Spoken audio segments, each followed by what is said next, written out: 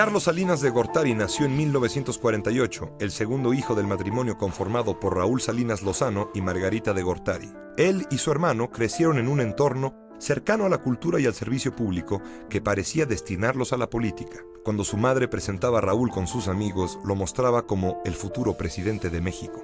En un trágico incidente, los dos hermanos Salinas, de 5 y 3 años respectivamente, participaron en la muerte de una trabajadora doméstica, quien accidentalmente recibió un tiro del rifle con el que jugaban. El padre de Carlos, Raúl Salinas, llegó a ser secretario de Industria y Comercio durante el sexenio de Adolfo López Mateos, pero la designación de Díaz Ordaz como sucesor acabó con su ambición de alcanzar la primera magistratura. En aquel momento, su primogénito Raúl le prometió que él sí sería presidente. Después de estudiar en la Escuela Nacional Preparatoria, Carlos Salinas ingresó a la Facultad de Economía de la UNAM en 1966. Entre 1972 y 74 estudió en Harvard, donde obtuvo las maestrías en Administración Pública y Economía Política. En 78 alcanzó el doctorado en Economía Política y Gobierno por la misma universidad. En 1971 había comenzado a trabajar en la Secretaría de Hacienda y Crédito Público, y allí continuó hasta 1981. Raúl, por su parte, aunque también trabajaba en el gobierno, se había distanciado ideológicamente de su hermano. Ello, y la cercanía de Carlos Salinas con su antiguo profesor de la universidad, Miguel de la Madrid, resultarían circunstancias decisivas para que el hermano menor se le adelantara en la búsqueda del poder.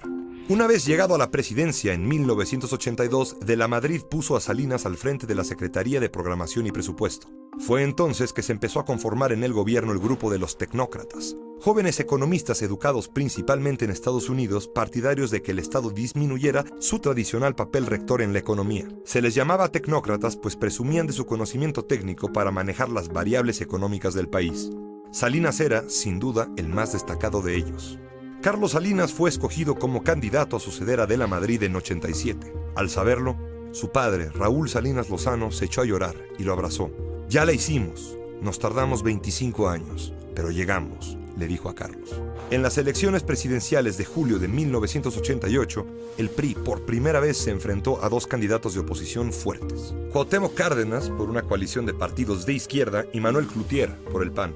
La tendencia en los resultados preliminares del conteo favorecía a Cárdenas, pero tras una misteriosa caída del sistema, la tendencia se invirtió y terminó por darle el triunfo a Salinas.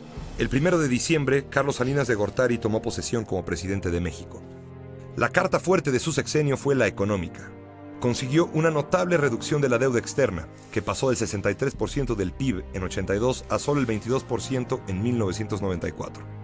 También emprendió la privatización de la mayor parte de las más de 1,000 empresas que poseía el gobierno, casi todas ellas altamente improductivas y que significaban una enorme carga económica para el país, con lo que liberó recursos que se destinaron a programas sociales y el pago de la deuda externa.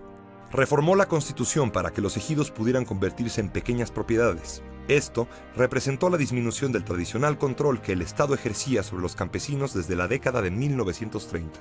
Pero su mayor triunfo fue la firma del Tratado de Libre Comercio de América del Norte en 1992, con lo que México abrió su economía a uno de los mayores mercados del mundo. En medio del optimismo y de la euforia provocados por las reformas, acompañados del reconocimiento internacional, se llegó a decir que México finalmente estaba a punto de ser un